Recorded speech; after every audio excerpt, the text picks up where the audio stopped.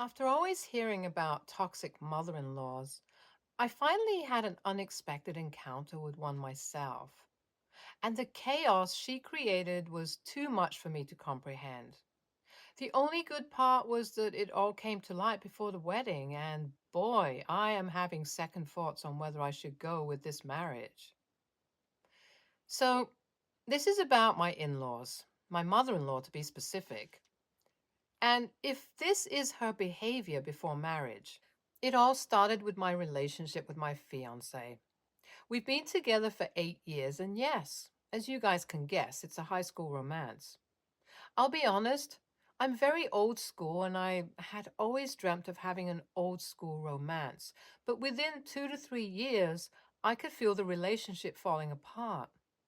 However, our history always made me fix situations and go back to him.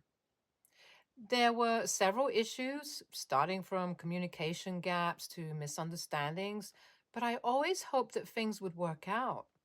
And after that, it became long distance, causing fewer arguments because of very little communication. Once my boyfriend was back from the city he was staying in, he proposed and I accepted. I wasn't completely sure about anything, but he proposed to me publicly at a party, and I didn't have any other option than to say yes. I love him and have always wanted to settle down with him. The issues in our equation were never ending, but I had hoped to put an end to them until I met his mother. A little background here. My fiance is very rich. They have their own family business, and everyone in his family, specifically the women, was either a homemaker or working in the family business. He would always joke about this, saying how I should stop worrying about my career because in the end, I'd be working in their family business itself if I wanted to work. I would always try explaining that I had different plans, but this topic would just get pushed under the carpet. Day by day, this was becoming a problem, but due to the lack of any conversation on this, I figured that this would just get sorted like the plenty of other issues we have. But that wasn't the case at all. He had told his parents that I was okay with quitting my job after marriage. That too, without even asking me. And he didn't even inform me about this. Now, my in laws had decided to throw a lavish welcome party where they invited all our friends and family. It was like a mini engagement party with almost everyone who mattered. Everything was going smoothly except for my mother in law's occasional comments on not sitting in a particular way or not saying certain things. She was kind of controlling, although she behaved sweetly. She had a set of values that she wanted me to inherit as her future daughter in law and behave in a certain way. With every passing minute, my tolerance level was reaching its saturation, and I kept on telling myself that it'd all get sorted. At that point, I already knew that things were going to fall apart anyway. I just didn't know it had happened this soon. So, mid party, my mother in law gets up and announces that her son, my fiance, is to be promoted. And as everyone is clapping, she follows her announcement with another about me joining their company. I was utterly shocked and looked at my family's faces, who were shocked as well. My mother in law continued saying that as a sign of commitment, I will be quitting my job and starting at their company at a junior level, after which they will promote me based on my performance. And add to that, I will be family. With so many guests all around, I didn't know what to do. But one thing was clear. This gave me major flashbacks of the way I was being proposed to, and I wasn't having any of that anymore. Announcing such big things in front of a crowd would make one feel so uncomfortable and pressurized into accepting it.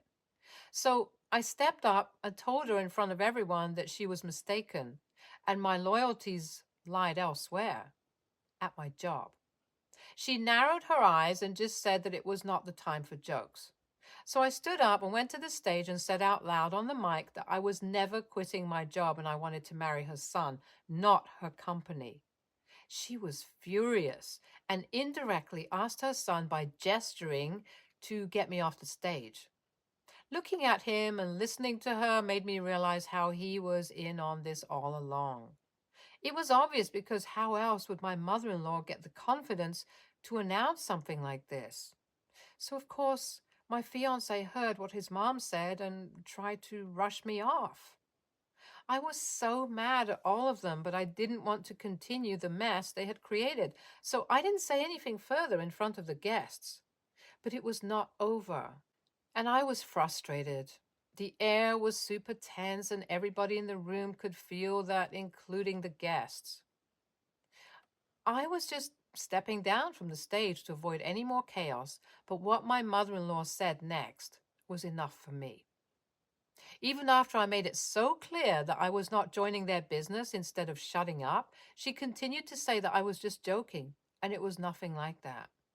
So I did something nobody expected. I stormed off. My parents and friends followed me, all except my fiance, who I believe was trying to calm his mom down. My dad was furious as well and asked if I knew anything about these things. I clarified that I did not know, and that no matter what anybody says, I'll never quit my job. I had spent years getting to this position, and I was not giving it up for marriage. This was not about choosing a career over love or any of that. I was not choosing anything. Marriage means a lot of compromises, but that should be done on both sides, and it was crystal clear that I was the only one who was supposed to compromise here.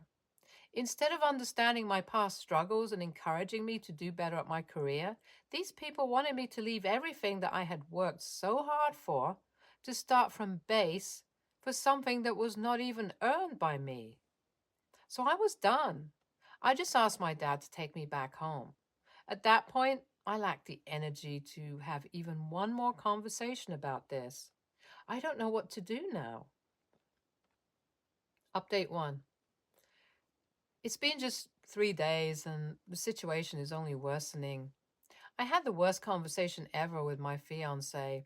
Instead of trying to understand me even once, he blamed me for ruining that evening and disrespecting his mom in front of everybody. I understand that the way I stormed off was not very classy of me, but one had to also see where I was standing. If I did not speak up for myself, it would just be official that I was quitting my job, and I did not want that impression to stay. But my fiance did not want to hear a single word from me. He demanded that I apologize to his mom, and that was not even the worst part. This man wanted me to take back all my words and quit my job. He was crystal clear in his words. He demanded that I choose between my career and my marriage. And I could not believe that this was the same guy I loved and chose to spend the rest of my life with. I straight away told him that I was never going to quit my job, and he could not convince me to do it. To this, he started yelling and said that I was a selfish woman and I would make a horrible wife because I did not know anything about understanding and respecting one's partner. I was so mad at this point that I was not even thinking before saying stuff, so I said that I might be a horrible wife, but it would be better than being his wife. Saying this, I shut the door in his face. Update 2. The news of our wedding being called off has been spreading like wildfire. It is frustrating to see that people have so much interest in others' affairs. I'm so tired of all the calls and messages that I'm getting filled with sympathy. I simply spoke up for myself and my rights, and I did not want people to think otherwise. My mom suggested that I could move out and transfer to a different branch in the meantime to avoid all these people and the stress that came with it. I was even considering that for a couple of days, but I decided otherwise. Why would I be the one to leave when it was not even my fault? So I have decided to face everybody fearlessly. I am glad to see all the comments from you guys. Update 3. It's been a month. I'm writing this after so long, but that is because I was really upset and did not want to talk to anybody. All of this has taken a toll on my mental health. I still don't feel like talking to people, so I am avoiding everyone, but it feels okay to type here and let you all know about my situation. It feels like my fiance does not even care about what had happened. He was living his life amazingly until yesterday because now he's going to work under me. And that is enough for him to get an ego bruise. Yeah. So his company recently merged with another company, and that other company was taking all the big decisions for now. And my company was a client for this other big company, and guess who is supposed to be the head of the project? That's right, it's me. Karma is real and beautiful and so satisfying. It was initially hard for me to think that I will have to deal with him again, but I am simply looking at this as revenge. This was not my fault, so I would not be the one to stay away in my room while he enjoys his life. I will look him dead in the eyes and direct him to do stuff. He is the one who should feel guilty for doing what he did to me. My relationship was very important to me, but my opinions were never too important to him. And if there is no respect in a relationship, there is nothing. NTA, and you go, girl.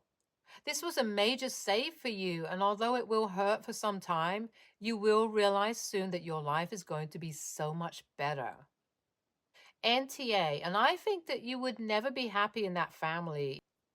Even if you put on your job or decided to do things there, people like these will always have a problem with you. They will find something or the other. You will find an amazing man and have a great career. Please do not settle for less, ever. You go, queen. Next story. I, 42, male, have 6 siblings, and this is about our youngest, 32, male. My other siblings are also older than me, the oldest being 49. We lost our dad to brain cancer when my brother was 13. This devastated him and left really deep scars. He was really unstable at middle plus high school, and mom was also severely depressed. And none of us were living in our hometown, so we couldn't handle everything as we should. But he managed to enter into one of the best universities in our country. After he got into the university, he started to be in the relationships with older guys. He was in the same city with me at this time, so I had the chance to have an eye on him. He wasn't in any bodily or academic harm, but all of this messed him up really badly mentally, and he was a mess until he met with Liam 11 years ago, 53, male. He was a widower. He lost his husband at 2010. And my brother fell in love with him instantly.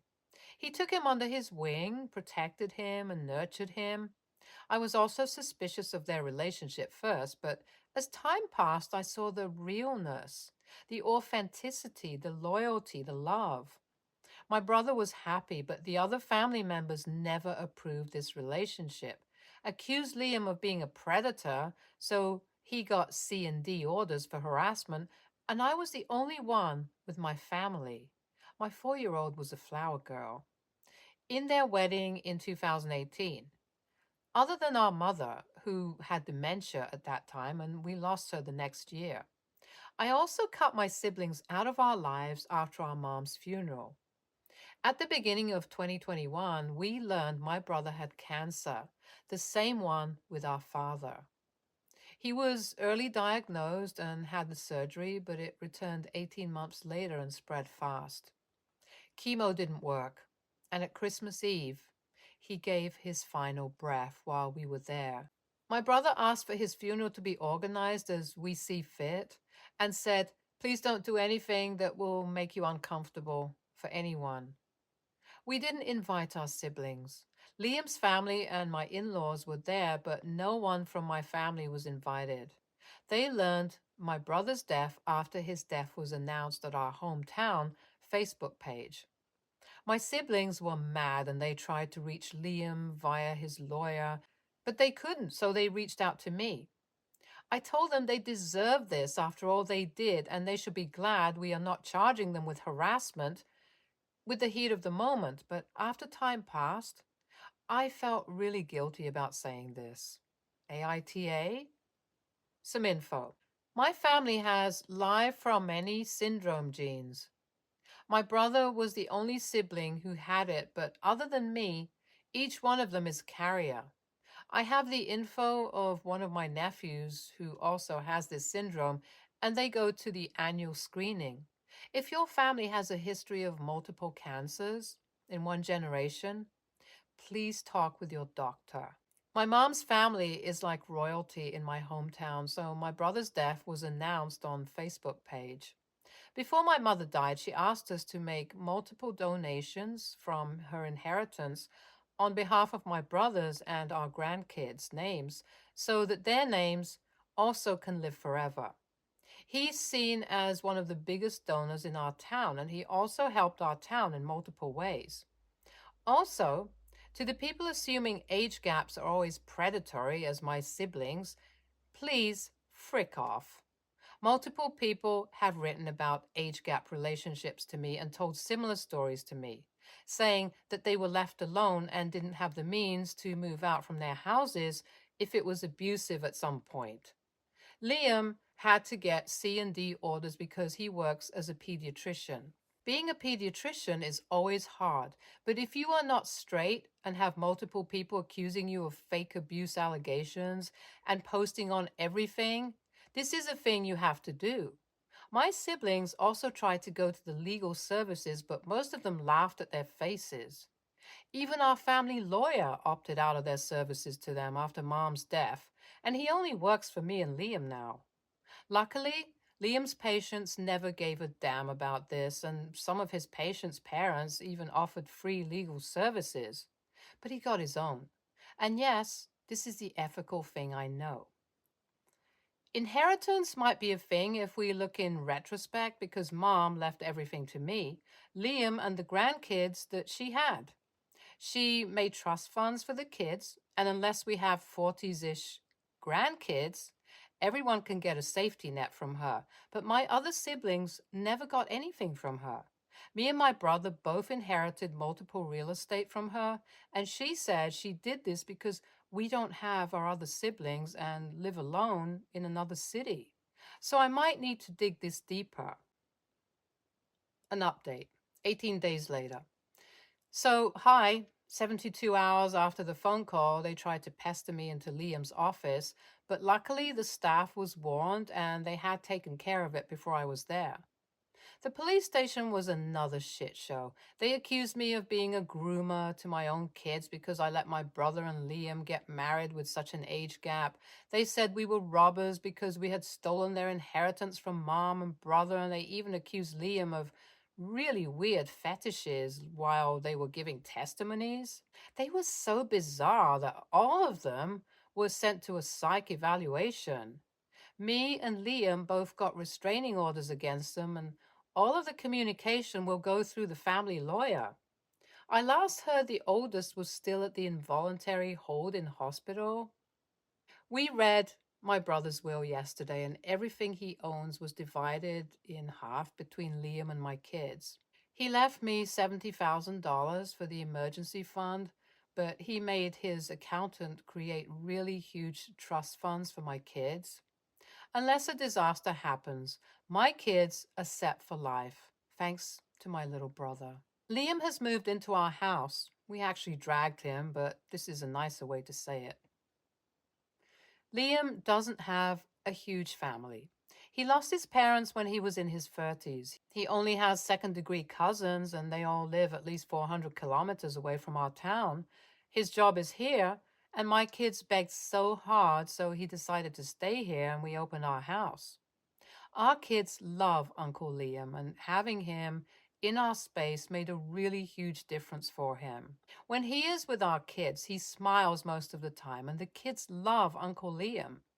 He's currently taking a 4-month break from his clinic to go to intensive therapy twice a week. And he has lots of parents of his patients sending their thoughts and prayers, bringing stuff to his clinic. Even the lady, one of her patients' grandmas, made homemade baklava for him. His appetite is kind of okay for the last 5 days, so it is a win. My wife and my own in-laws are actually saints in this process, and they are helping me a lot.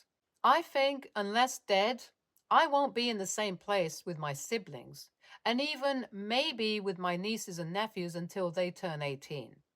My kids most probably will never know their uncles and aunts. This is hard to reel in, and I miss them, but I will be okay. The oldest nephew is actually 20 and works in the same city where we live, so he gives us updates about the family. They also know I am a safe harbor for most of the time with my wife. I sent them a letter via my lawyer telling them everything I thought about them. I'm not sure they will take it seriously, but maybe it helps them reflect on their own behavior. I also sent this post link to them. Maybe it will make them understand what they did was wrong. Maybe in the far future we can have a civil relationship without the need for ROs and lawyers. Thanks for tuning in. Now I'm tuning out. NTA, I don't really approve of what would have been a 42-year-old dating a 21-year-old, but that isn't the point here. It seems like your other siblings, who are all 10 plus years older than your youngest brother, had no meaningful relationship with him whatsoever. The funeral is more about the people grieving, and that would be Liam and you, from what it sounds like. You can handle the funeral however you want. If they feel the need to attend a funeral, there is nothing stopping them from having one together. Reaching out to Liam's attorneys sounds pretty out there. Were they hoping for some money? I don't know, this is hard. It seems like your brother was entering very predatory relationships to fill the void of your father. It cannot be overlooked that your brother's husband could have been his father, and by your description of him, very much treated your brother like a son, whom he was also sleeping with. That is a hard thing for any family to deal with. If your brother didn't want him there, then they shouldn't have been there, but you seem very harsh towards your family, that by your account only wanted your brother to be happy in healthy, age appropriate relationships. Your brother didn't sound stable enough to find, want, or navigate those relationships, and you sound a little harsh to your family, who simply didn't want your brother's youth, fragile nature, and desire for a father exploited. Next story. I, 24, female, recently got a corporate job at a very prestigious company. I worked very hard to get where I am now, and I'm very proud of myself, to be honest. My boyfriend of 3 years, I'll name him James, 28, male, is my boss. Let's call her Nora, 36, female, cousin. He has a completely different line of work. I haven't seen Nora outside of work much, even at work. I don't see her a lot because she is at the very top of the hierarchy, and I don't have a lot of work that directly needs her attention. But everyone agrees that she is an awesome boss. That changed when James's uncle, Nora's dad, invited the whole family, including James and I, over to his house for dinner. Notably, James doesn't like Nora for reasons I don't understand. Obviously, Nora, her wife, and the kids were there as well. She didn't make a big deal out of being my boss, and I felt super comfortable in the family environment. Everyone was initially very sweet. Over dinner, James's dad asked me how hard Nora was on us at the company. He said he'd heard about how she made everyone work overtime and was horrible to be around. Nora is exactly the opposite of that. I don't have a lot of experience, but she is the kindest, most inspiring boss one could wish for. She works double all of her employees and never makes anyone feel like they're being taken advantage of. She appreciates everyone's efforts, and that's why everyone at work is actually happy to work overtime and help her with stuff. I told James's dad exactly all this. He didn't like the answer, but I could tell Nora and her wife were loving it. I added that despite not having a lot of experience, I was more than happy to work in the same company as Nora did. The conversation ended there. I thought that was the end of the story. On the way back, James asked me what the actual frick was going on because I totally humiliated his dad in front of the whole family. He said his dad liked teasing Nora and it wasn't personal and I should have just avoided the question and ignored that. I said I honestly don't get how I humiliated him. James hasn't talked to me ever since and thinks I owe his dad an apology. I asked my colleagues, and they all agreed that it was absolutely ridiculous to criticize Nora as a boss like that in the first place. James and his family clearly disagree. AITA? Both your boyfriend and his dad are morons for thinking that you would trash talk your boss while in her presence, even if she wasn't the great boss, which she luckily is. The dad did that to himself, and unless your boyfriend can come up with a sincere apology for you and face his mistake, you should probably consider taking a step back from this relationship. Good for you for not playing along and staying true. It's time to demand some integrity from your boyfriend. NTA. James's dad is rude by trying to coax others to criticize Nora. The apple, James, doesn't seem to fall far from the a-hole tree either. James and his family can disagree all they want. You're neither a mind reader nor someone who should do others' bidding for their amusement. NTA. Stay tuned for more stories from our girl relationships.